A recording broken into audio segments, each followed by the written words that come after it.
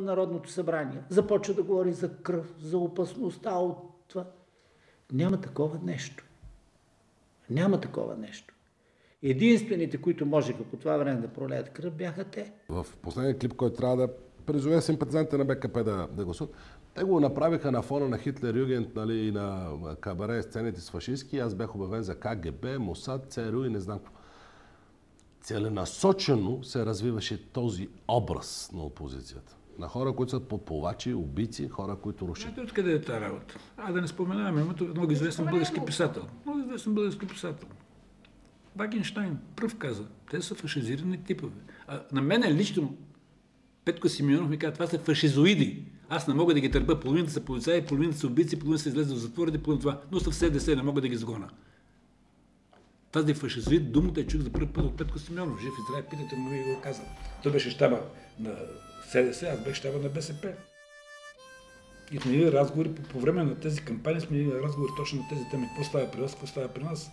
Викам, тук ми дошли такива фашизирани типове. Тази дума фашизирани типове чух да първи път от него.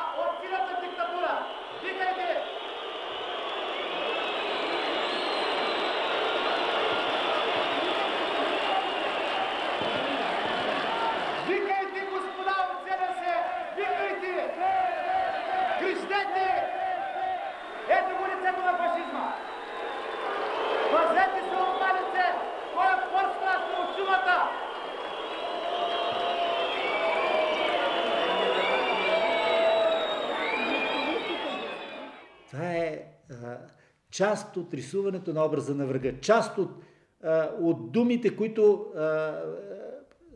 говореше Лилов, за съплашени сме от насилие. Но искам да спомена за насилието. В предизборната кампания, 90-та година, намерихме убит активист на СДС Никола Петковис в Перник, на една спирка на автобус, по време на предизборната кампания.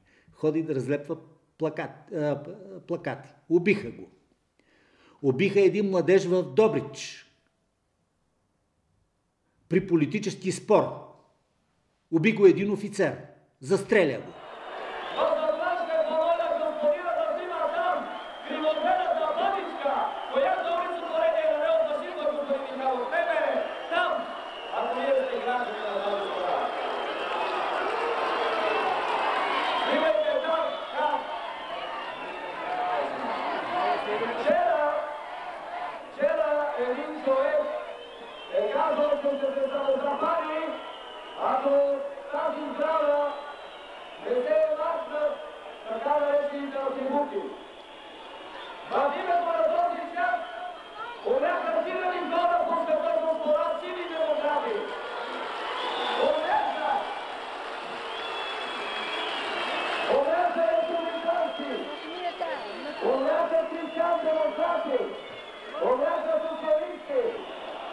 Ние предлагахме, както знаете, да се затвори страницата на миналото, не защото се боехме на тази страница. В тази страница до 10 е имало много страшни неща за нашата партия. Много хиляди, десетки хиляди са загинали в тази страшна битка. След това е имало беззаконие, където също е упражнено насилие, което ние осъждаме като партия. Но ако страната иска да се развие, тя трябва да затвори тази страница, да овладее страстите, политическите, и да насочи енергията на нацията към градеж. Вие знаете, че тогава имаше две предложения. Моето предложение за затваряне на страницата и предложението на опозицията за прочитане на страницата. Аз ще ви кажа следното нещо. Когато има сериозен обществен проблем, той може да се възпламени и от случайни неща. Значи важното е в случая натрупаното обществено напрежение и причините, които са го породили, такива имаше. И най-общо казано, това бяха 45 години комунизъм. Имаше едно желание на хората за един друг свят, за който бяха само чували, чели и мечтали. Имаше, разбира се, и съпротива на старото, което искаше да запази статуквото. Ходиха на Запад и станаха върли антикомунисти. Впрочем, те си носеха генетично себе си антикомунизма. Но след като се върнаха от тези визити на Запад, те започнаха вече, как да кажа, да си въобразяват, че ще могат преди всякакви избори и други процедури демократични и без такива процедури да отстранят Българската комунистическа партия или вече социалистическа партия от власт. Те се оказаха така надъхани, толкова нетърпеливи, мечтаеха едва ли не по извън парламентарен път да заграбат властта. Те бяха сигурни, че изборите ще ги спечелят. Ще ги спечелят с 60-65%. Но победата подмина Раковски 134, подмина СДС и се оказа на страната на левите сили, на БСП и съюзниците на БСП. От този момент нататъка, те, какво да ви кажа, почнаха да действат много брутално. Ще си отидеме, обаче петицията ще я приемете, иначе след 24 часа пак ще блокираме. Преградиха Орлов мост, събраха се тълпи пред университета, последва студентската стачка с лидер Кошлуков. Въобразиха си, че правят историята, безчинстваха.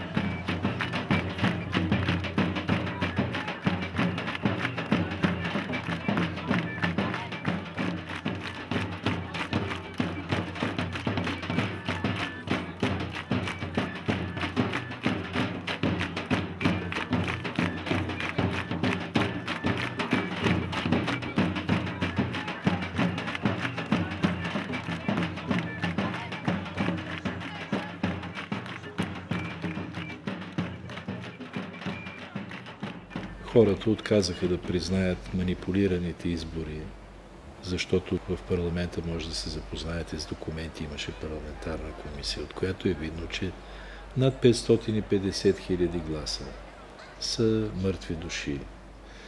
И това го доказа парламентарна комисия, не е мое твърдение. Разбира се, ние не бяхме доволни от резултати от изборите и мисля, че имаме сериозно основание за това при тези факти. Тоест имаше едно недоволство от хората, защото комунизма намери форма и начин да оцелее. Разбира се, с лъжа, както винаги си е служил. Няма такова нещо. Хората още тогава бяха оплашени. БСП си беше все още силна партия. Още старото поколение живееше. И умираха от страх, ако изпуснем случайно властта. Какво ще стане с нас? Аз знам, аз неща, които бяха свързани с това. А какво ще стане с нашите имоти? Ние имаме вече апартаменти, коли, ще дойдат онези и ще ни гръмнат, ще ни застрелят и така нататък. Беше такъв страх, страхотен ме БСП. Страхотен, идвах от провинцията, хора искаха среща с мене да ми внушават. Друга, се внимавайте, вие не знаете какво ще стане, ако загубим изборите. Трябва да ги спечелим непременно. Викам, какво зависи от мен? Зависи от вас. Гласувайте там по места, управете си партийната организация и се печелете изборите във вашия град, ваша село и така нататък. Но се втъпяваше на позиция, че Любен Гоцев е злия демон. И продължава до ден днешно да звучат такива работи тук-там. Той. Аз още веднъж почертавам. С цената